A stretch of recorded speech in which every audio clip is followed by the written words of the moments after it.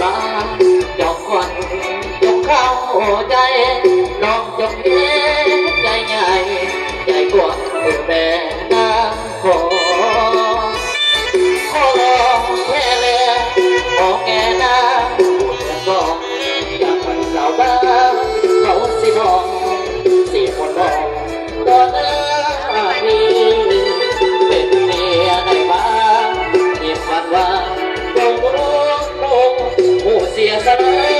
ก็บอกโซนวงสวนนาทีสามีผู้จับจำแน่ใจแน่คิดถึงตัวดีนาทีสามีคือหักใส่ภาษาเป็น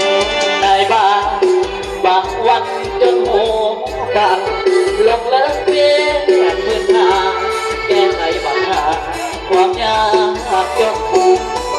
ติดตามคดีเรื่องที่ลาขโมยโจรพ่อแม่ประกาศสดยกสู่คนเก็บหลอดหน้าที่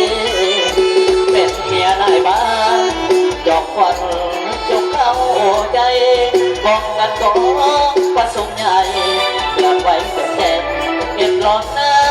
ที่อยากไปใจนอนว่าหัวลอยไปแน่บ่ดีอยากขาดน้อยบอกเคยเห็นว่าทำหน้าที่บอกเคยนอนใจเอาก่อนเดินเป็นคนแดงจะเที่ยวกันเด้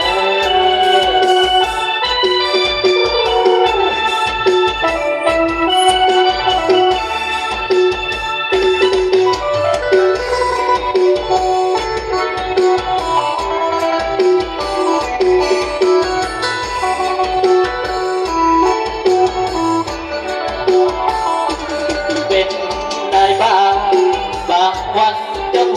งกันลงเลิกเพียงพื้นทางแก้ไขปัญหาความยากจนติดตามคดีที่ลาขโมยโจร